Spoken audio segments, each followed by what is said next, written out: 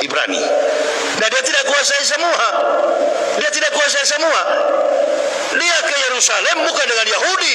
Urusannya ke Yerusalem pasti dengan Ortodoks Kristen. Itu dia. Lalu dia mengatakan, Panji Gumilang, kita orang Islam ini harus belajar perjanjian lama dan perjanjian baru. Katanya waktu dia kuliah, dia pernah belajar satu semester, 6 bulan, supaya orang paham betul dengan bahasa perjanjian lama dan bahasa perjanjian baru. Dia tidak paham dalam teologi Kristen itu perjanjian lama itu menggunakan bahasa Ibrani.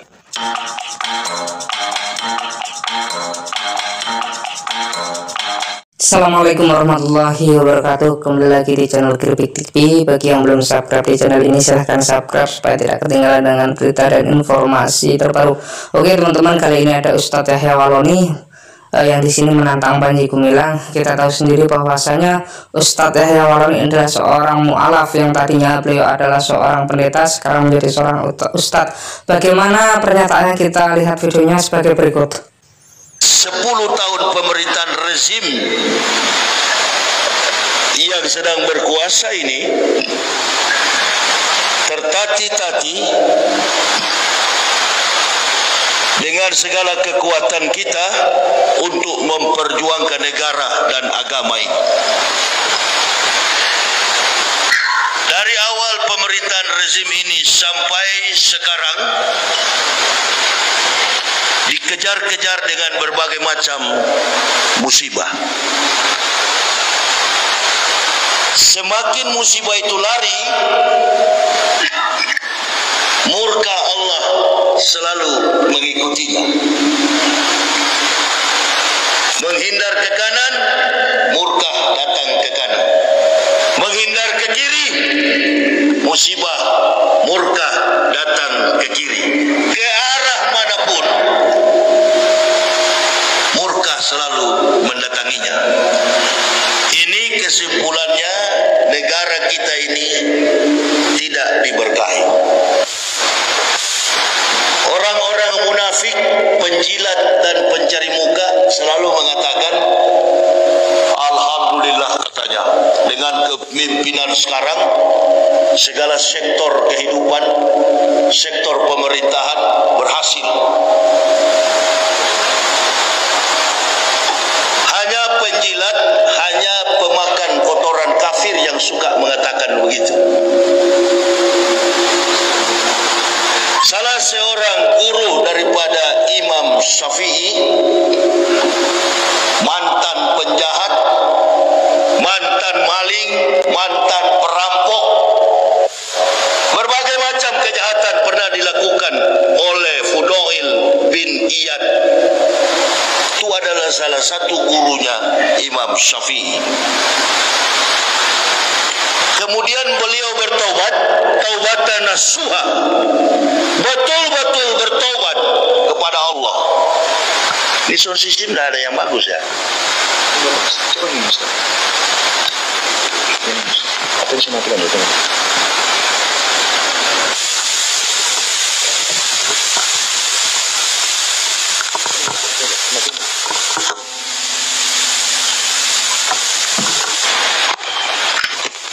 Betul-betul bertobat, taubatan nasuha. Kemudian beliau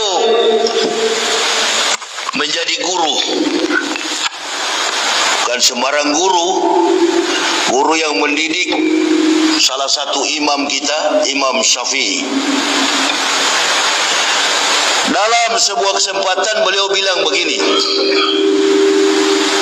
keburukan itu diletakkan dalam sebuah rumah, sedang cinta kepada dunia adalah kuncinya. Keburukan diletakkan di dalam rumah, sedang kuncinya adalah cinta kepada dunia.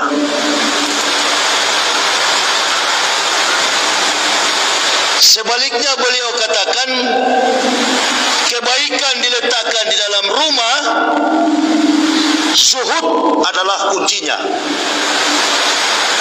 Jadi ada perbedaan yang diberikan oleh Fudail bin Iyad. Rumah yang dimaksud itu bisa jadi rumah tangga, istana presiden, atau gedung Dewan Perwakilan Rakyat, bisa jadi. Dari 3 lembaga legislatif, yudikatif, eksekutif,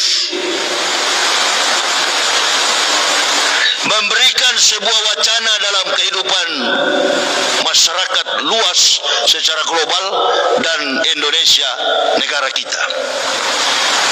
Berulang-ulang saya katakan, jangan pernah mimpi kita negara ini akan kuat kalau Islam lemah.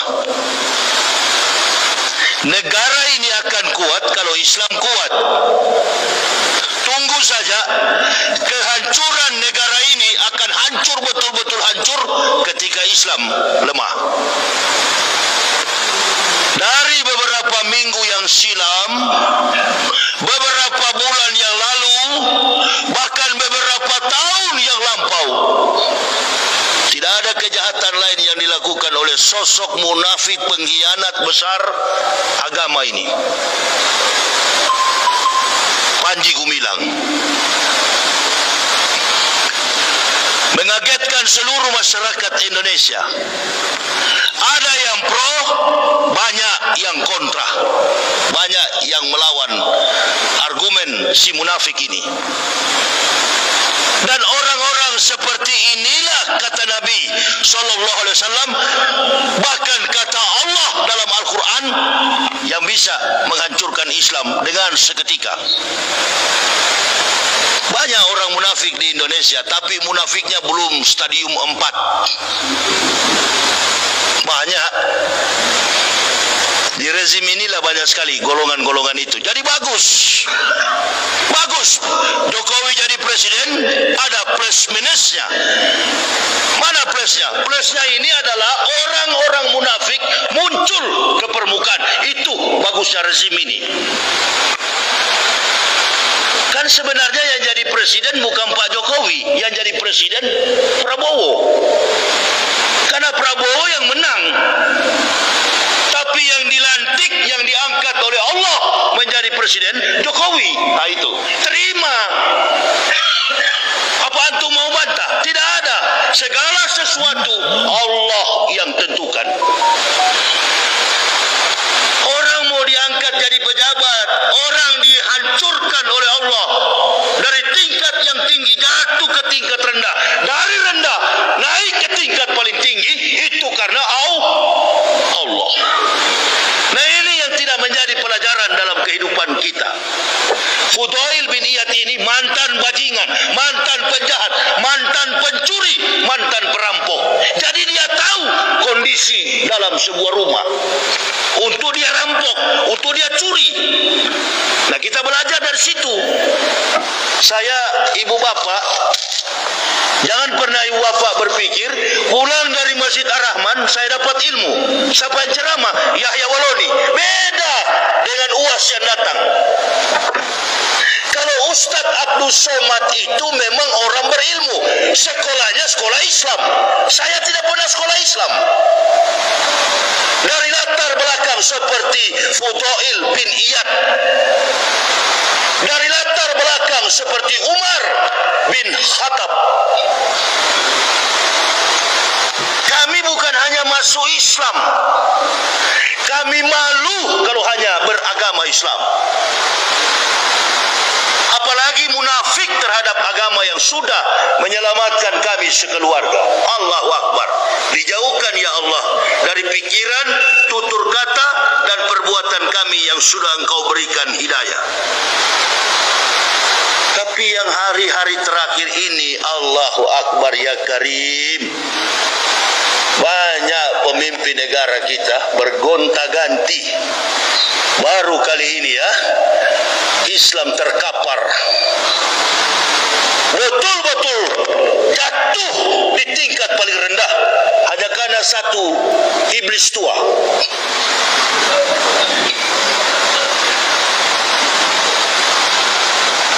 Kita kok nggak senang kalau lihat yang begitu? Karena Nabi memberikan sebuah perintah. Siapa kata Nabi?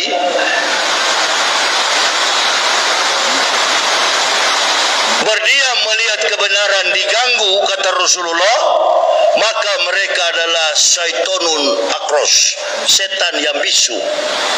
Ibu bapak dan saya kan bukan setan.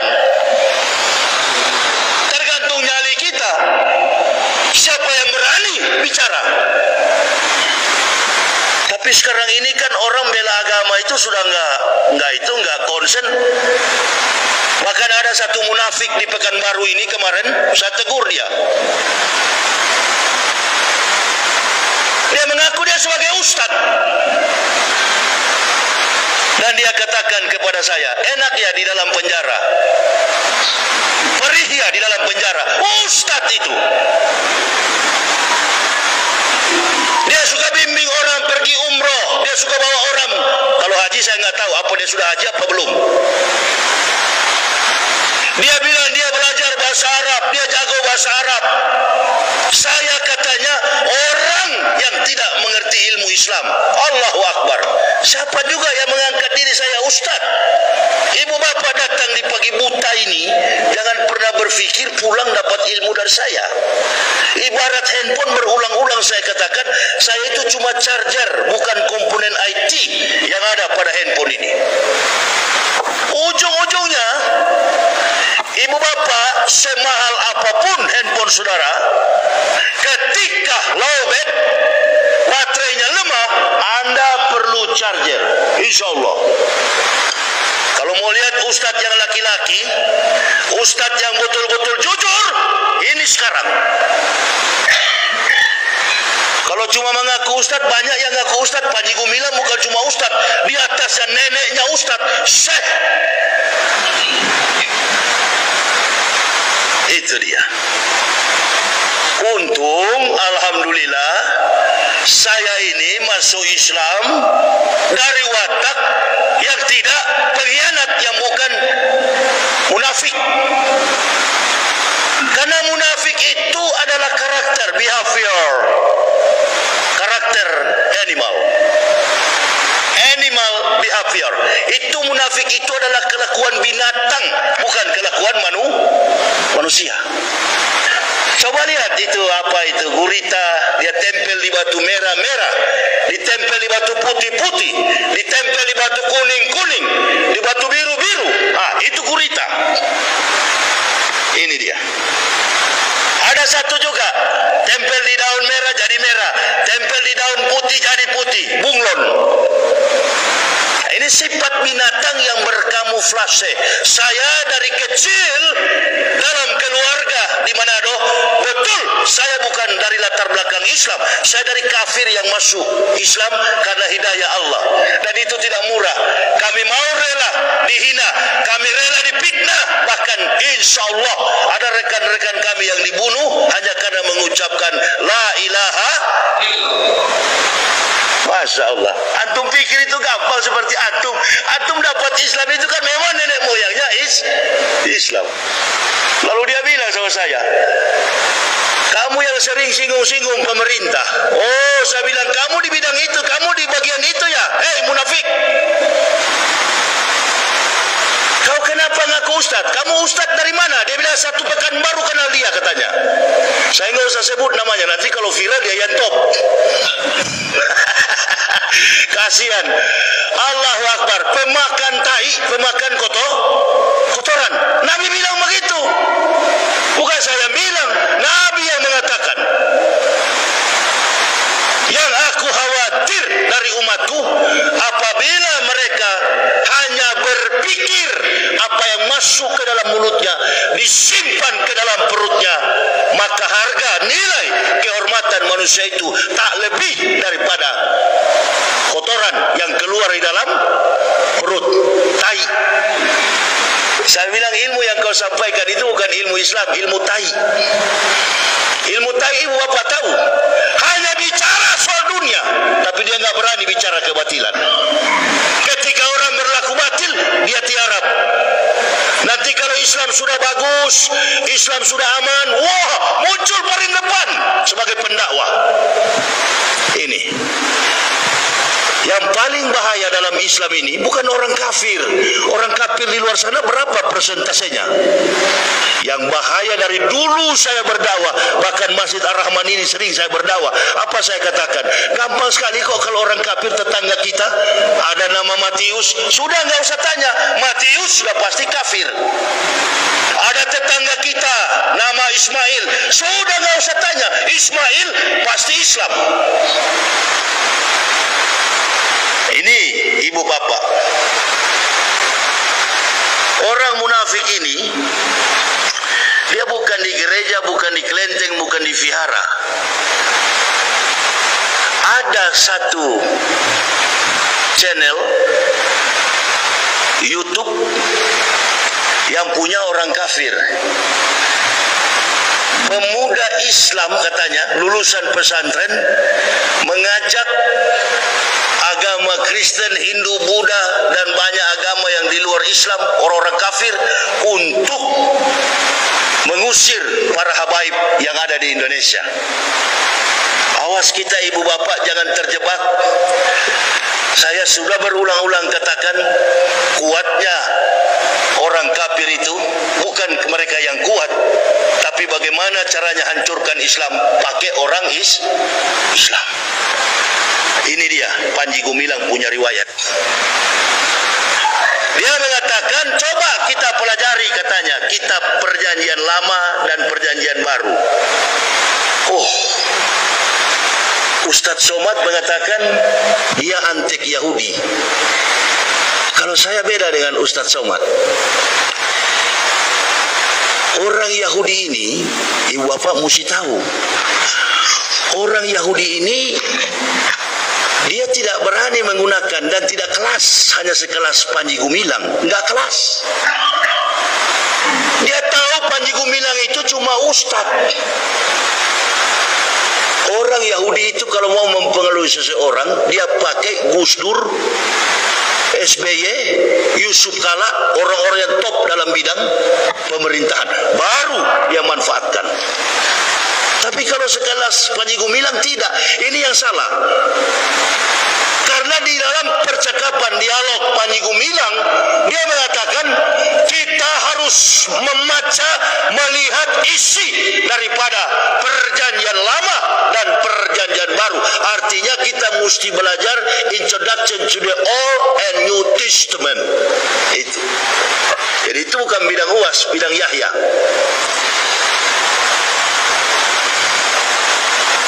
Jadi dia itu bukan orang Yahudi, adapun dia menyanyikan lagu Yahudi.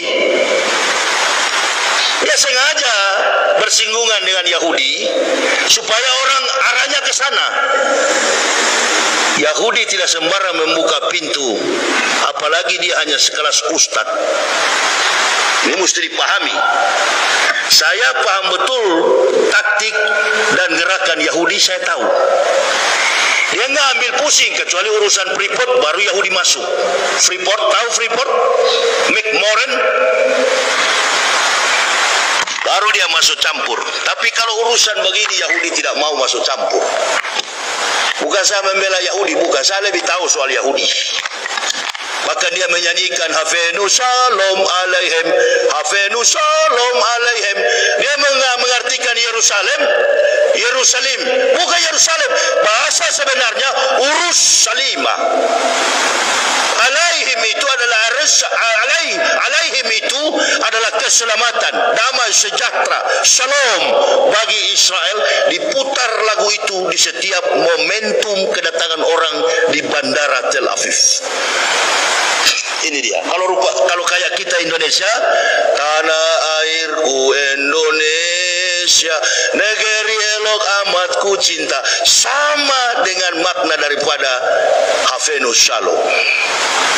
Kalau orang mengucapkan shalom Elohim, shalom kafirin, sahabat kafirin itu sahabat, selamat, damai sejahtera bagimu sahabat, atau kita orang Islam menyebutnya assalamu alaikum pakai tasjid. Nah, jadi argumen ini dia sengaja bonceng dengan Kristen, padahal dia tidak terarah situ. Dia ini otaknya kafirun. Makanya dia bilang apa? Masjid katanya, masjid dia katakan tempat orang-orang pelit. Masjid orang-orang yang putus asa, kata Panji Gumilang. Makkah yang benar itu, haji yang benar itu, ibadah, rumah yang benar ibadah itu katanya Vatikan. Ayo, siapa dia? Dia bukan Yahudi. Yahudi itu agamanya namanya di Yerusalem, orang awam menggunakan kata Yerusalem karena dalam penulisan abjad Ibrani tidak menggunakan vowel. Semuanya menggunakan konsonan kecuali alif seperti tanda X, alif kanan ke kiri. Maka disebutlah di situ Yerusalem pakai iot demi memudahkan orang awam Eropa, Amerika, Australia, Asia, Afrika untuk menyebutnya Yerusalem. Padahal bahasanya adalah Urusalim, Kanaan,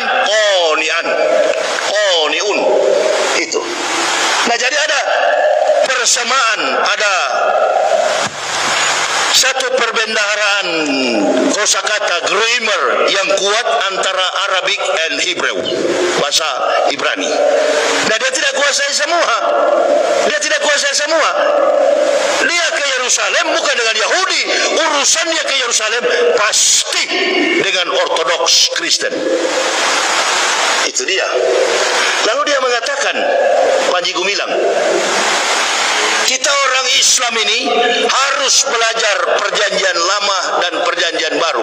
Katanya waktu dia kuliah, dia pernah belajar satu semester, 6 bulan, supaya orang paham betul dengan bahasa perjanjian lama dan bahasa perjanjian baru.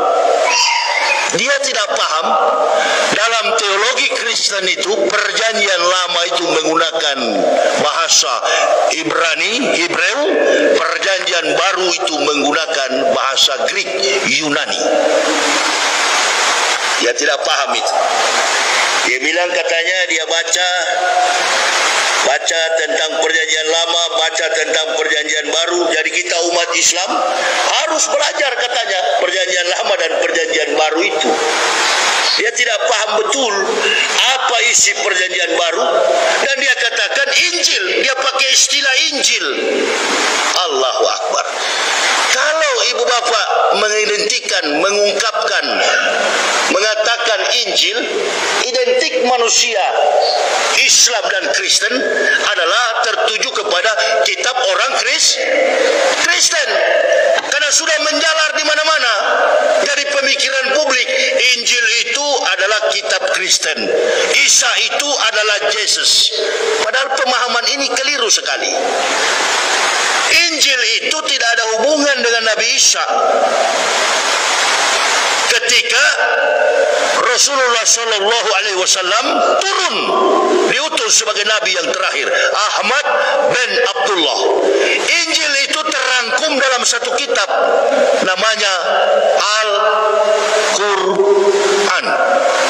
Sampai ada surat ibunya Isa di dalam Al-Quran itu, surat Maryam.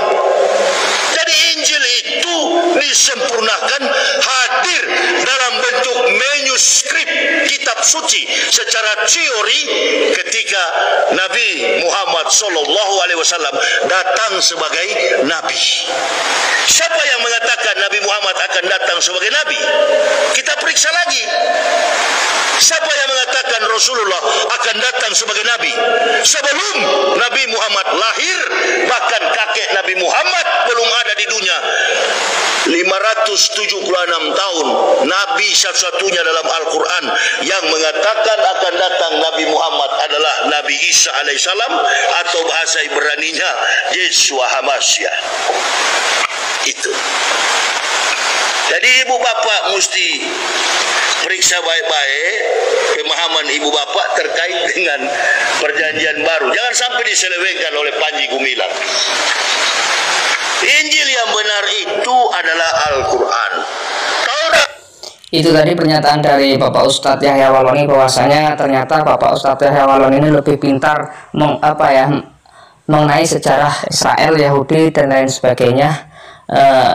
Ini tepat ketika Bapak Yahya Waloni mungkin dipertemukan langsung dengan Panji Gumilang supaya berdebat mana yang sesungguhnya mengetahui sejarah dan tidak seolah-olah Panji Gumilang di situ menjadi orang yang kelihatan pintar tetapi sebenarnya tidak. Ini banyak yang diluruskan oleh Bapak Yahya Waloni. Oke teman-teman, mungkin itu sedikit video ceramah dari Ustadz Yahya Waloni. Ketika nanti teman-teman ingin part yang kedua silahkan komentar di bawah. Saya akhiri, wassalamualaikum warahmatullahi wabarakatuh.